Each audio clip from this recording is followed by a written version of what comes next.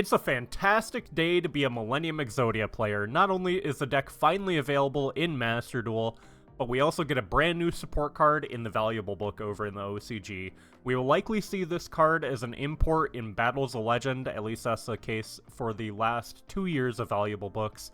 Last year being Phantom of Yubel and Archfiend's Advent, both of which were put into Terminal Revenge.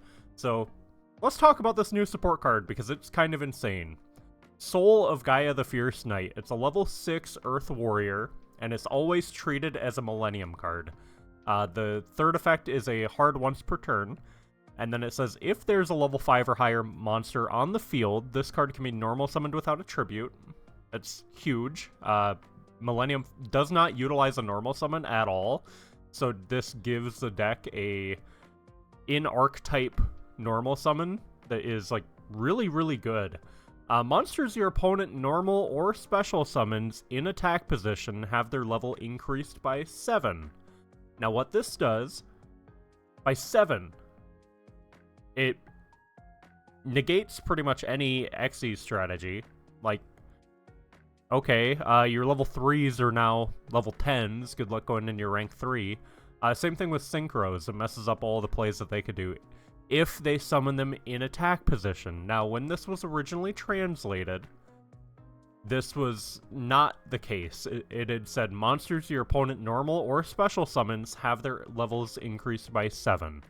So it was a blanket on all summons, which would have been insane. Kind of sad that it's restricted only to attack position, so opponents can play around it, but it is what it is. We'll take a walk-in Mischief of the Gnomes.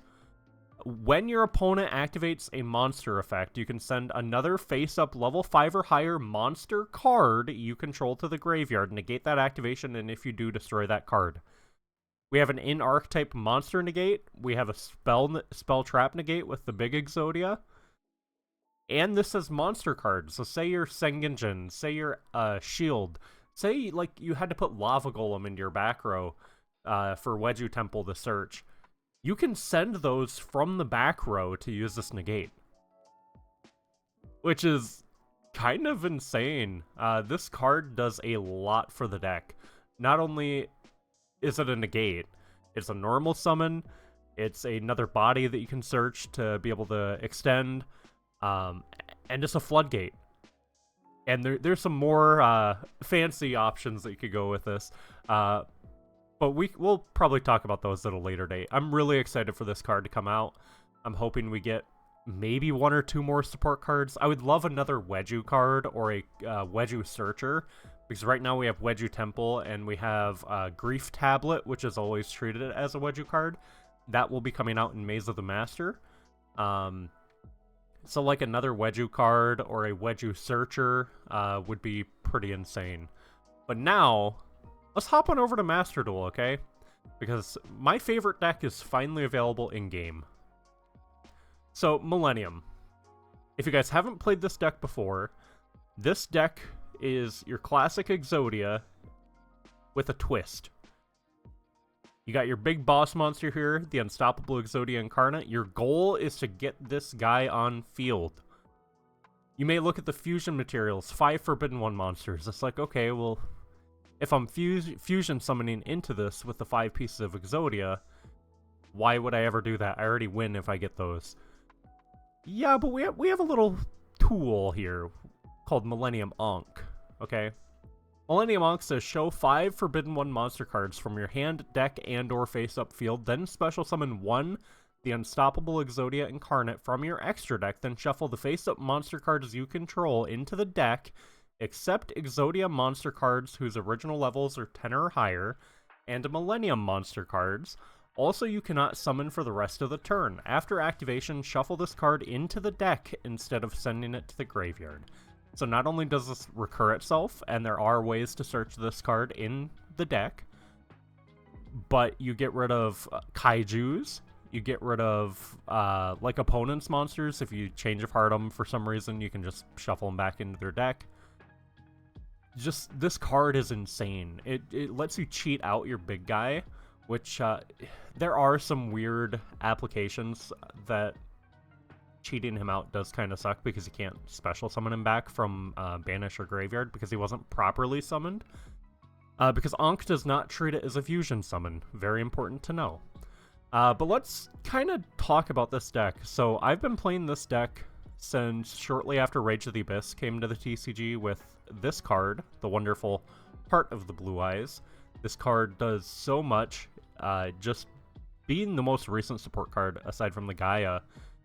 This card is insane. So the whole gimmick with the Millennium cards is you either have to pay 2,000 life points or reveal a Millennium Ankh for the 3 main deck searchers after you put them into your spell and trap zone. So these play around the Mulch armies because they don't summon from hand, they don't summon from deck.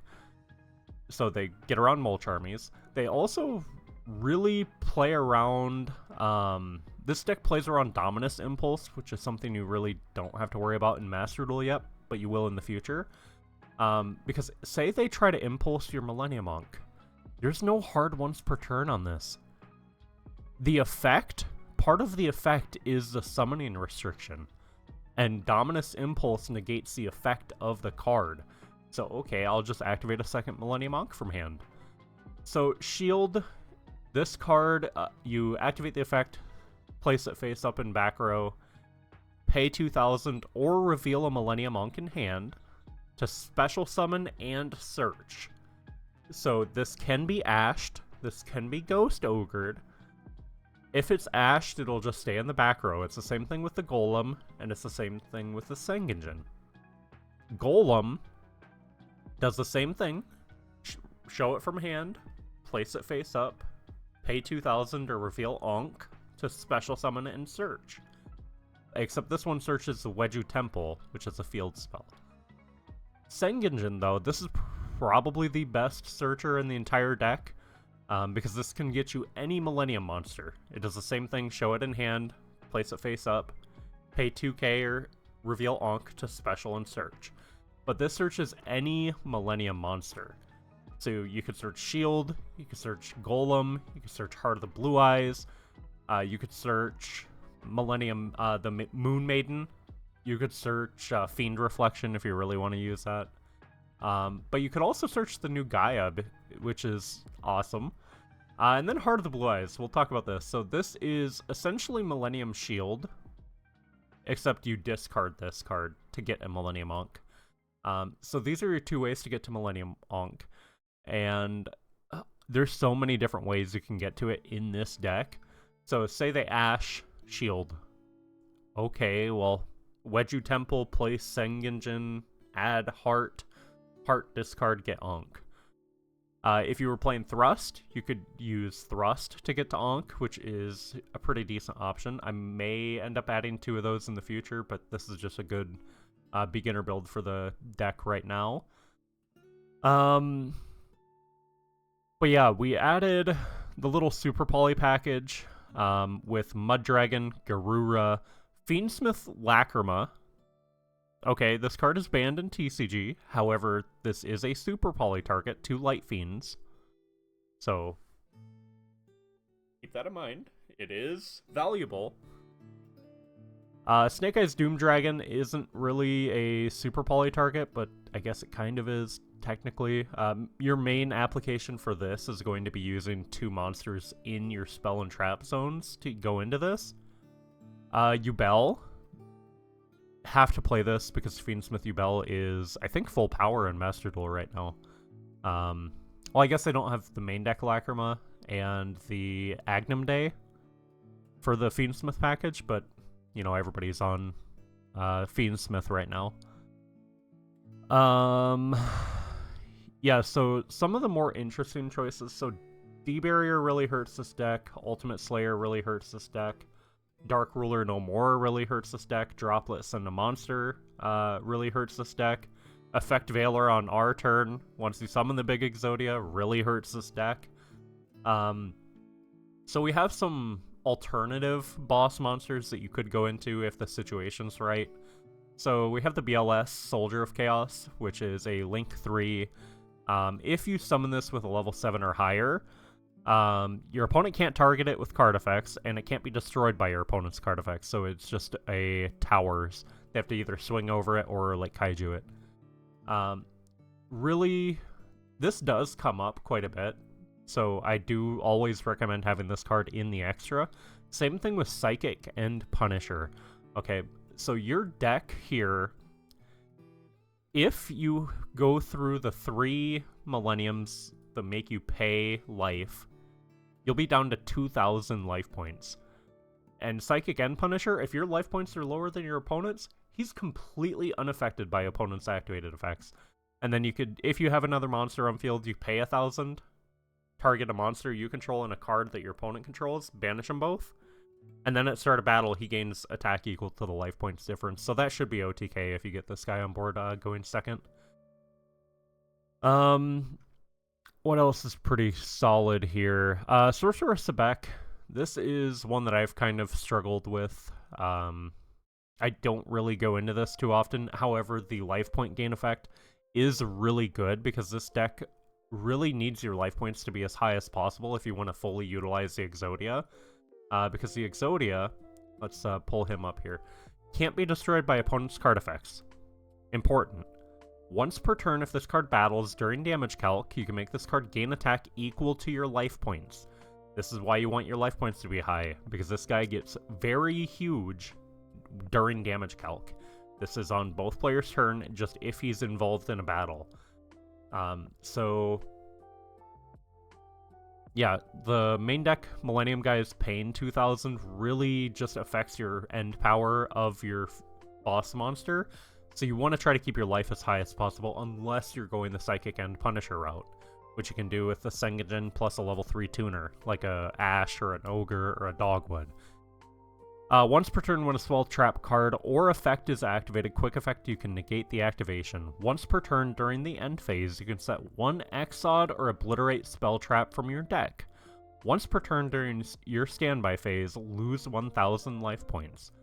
So this kind of puts you on a clock. However, this deck doesn't need more than 2 turns. This deck has many options to be able to OTK, and it's one of my favorite decks for a reason. I could ramble about this for ages, and I probably will. We'll be making a lot more videos on this deck in the future, showing off some neat tech choices that I've played, and just some fun options that you could do with the card pool available in Master Duel. So one thing that really kind of made me sad is that set rotation isn't in this game. Set rotation is super important with this deck. Because and honestly, one of the set rotation targets is not in the deck in the game either. Secret Village, they just banned it, so it's not like it would matter too much. But terraforming's also gone, so you really want to maximize your field spells. I'm doing 2 Golem, 3 Wedju. In paper, I do typically 2 Wedju, 1 Golem. Because we have set rotation, we have terraforming, there's multiple other routes to go to get to the field spell. What else have we not talked about in this deck? Dogwood, just really good, really solid in this deck. As I said, you want your life points to be really high for the Exodia. It's also a level 3 tuner you can normal summon to use Sengagen and it to go into Pep. Same thing with Ash and Ogre, just really solid hand traps, and they're level 3s. Lava Golem, really good going second because it does have the 1k burn. So if you're not able to OTK, maybe the 1k can finish them off. Droplet's pretty good because if your back row main deck monsters, if they get ashed, they're just going to be sitting there until the next turn, so at least you can send them off Droplet and it counts as a monster card send. Obliterate Blaze, we haven't talked about this yet, but this is your game finisher card. You can set this during the end phase off of your boss monster Exodia. So this says 1 level 10 or higher monster on the field with Exodia in its original name gains these effects. You can pay half your life points, destroy as many cards in the spell and trap zones as possible, then equip 5 Forbidden 1 monsters from your hand and or deck to this card as equip spells that each give it 2,000 attack. Also, you cannot activate other cards' effects for the rest of this turn.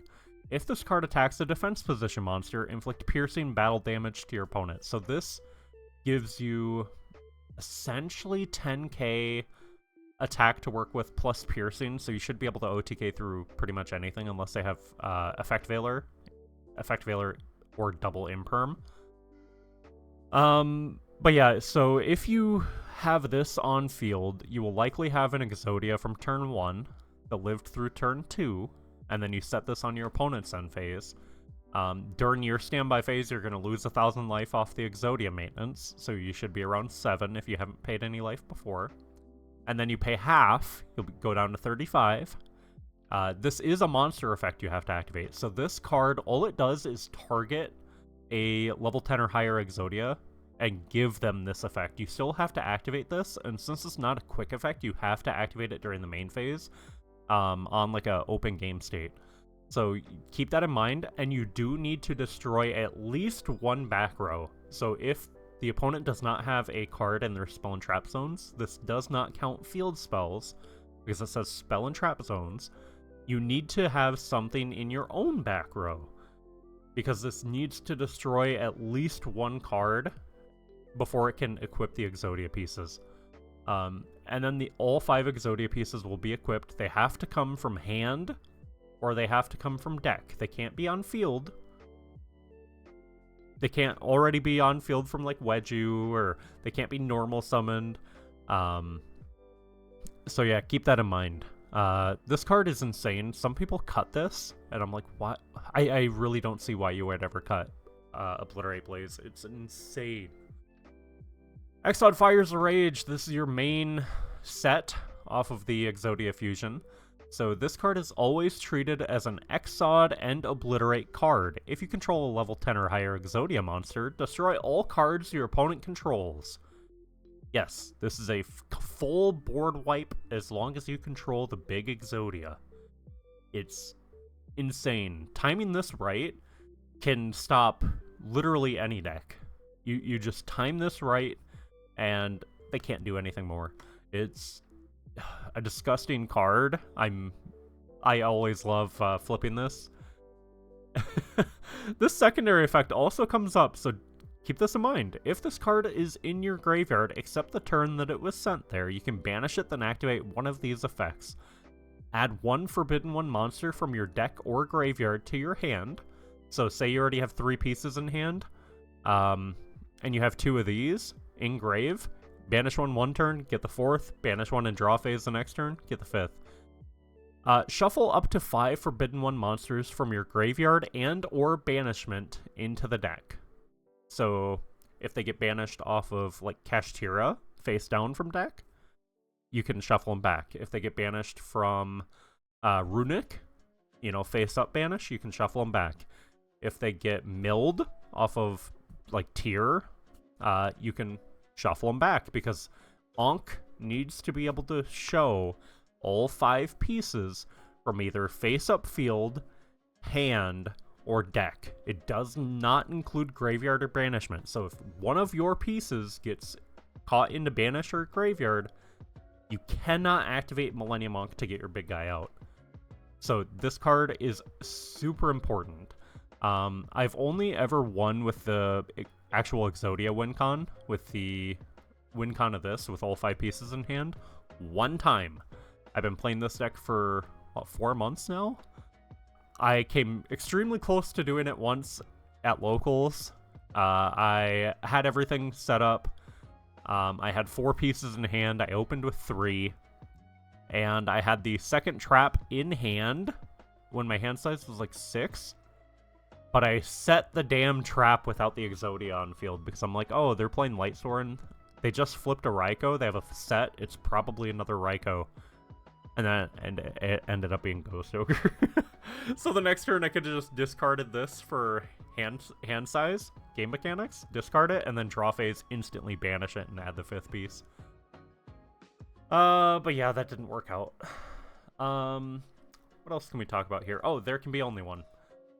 Insane card in this deck, because every monster that you summon has a different type.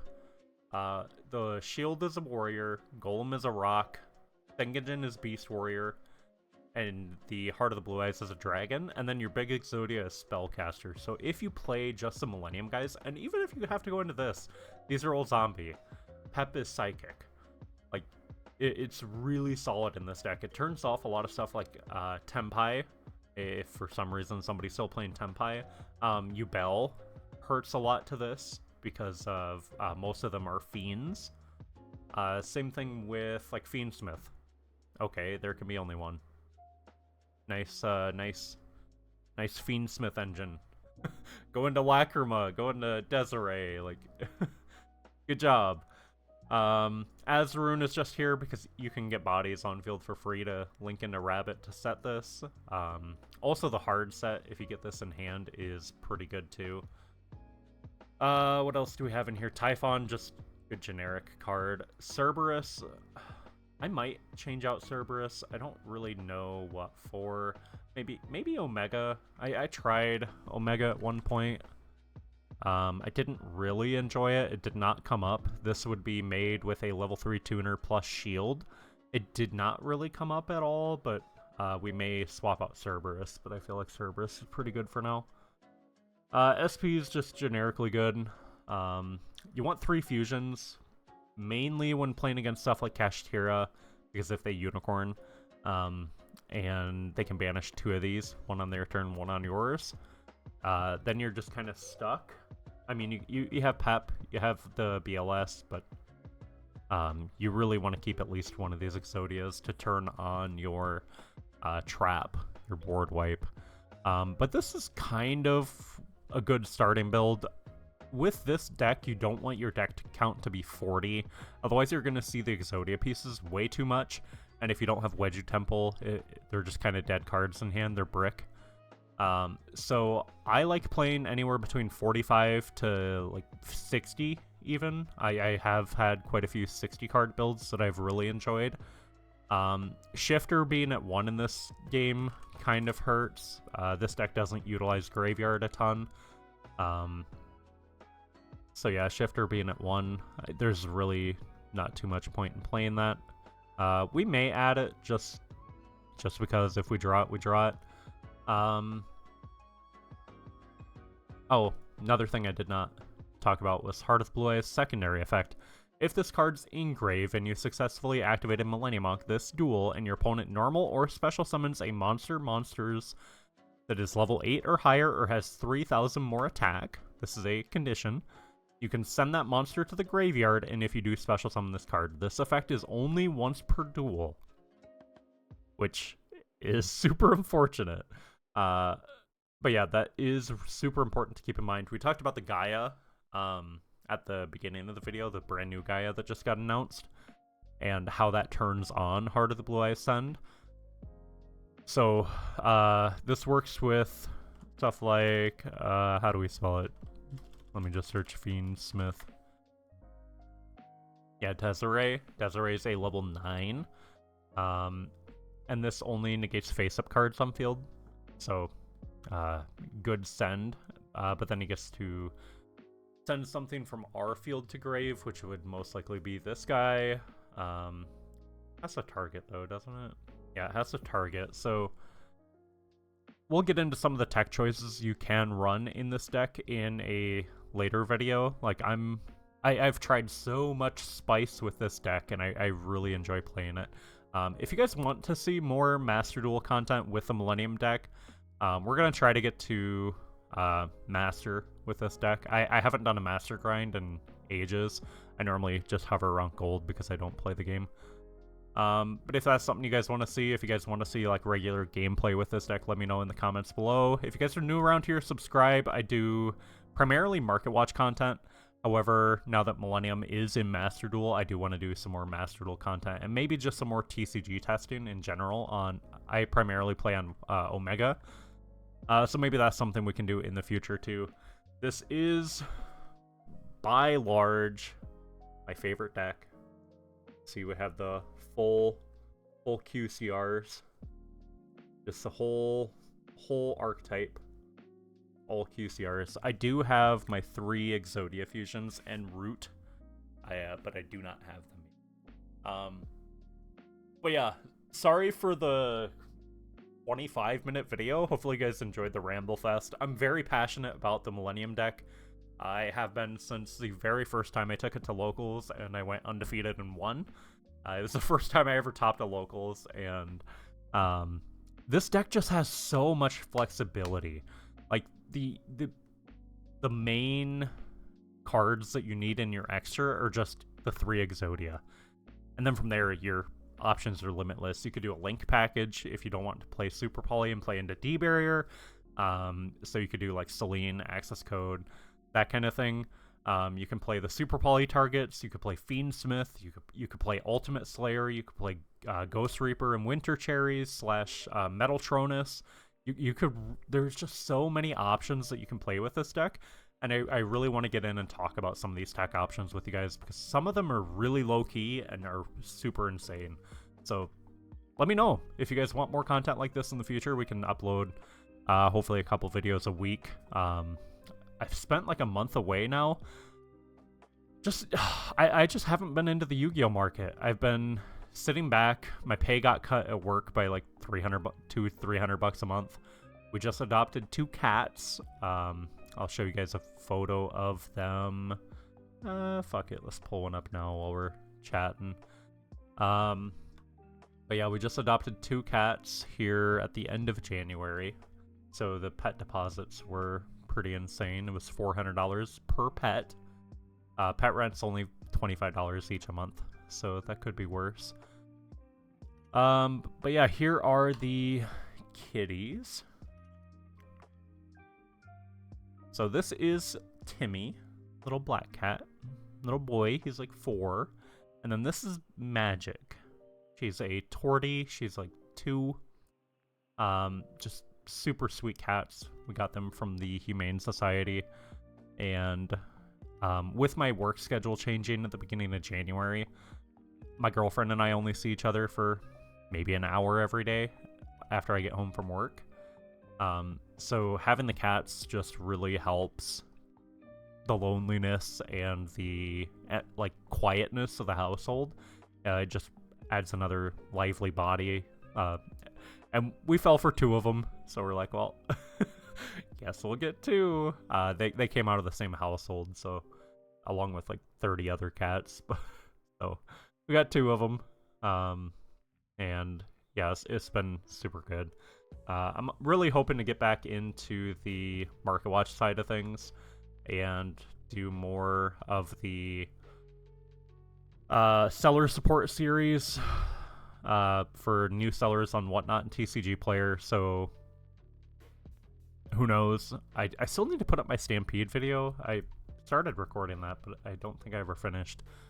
COVID kind of messed me up at the beginning of January. I had residual effects up until about a week ago. The cough primarily was insane. So I'm going to stop rambling. Thank you guys for your time. If you guys want to see more of the Millennium deck, let me know. And we'll talk to you guys later. Take it easy.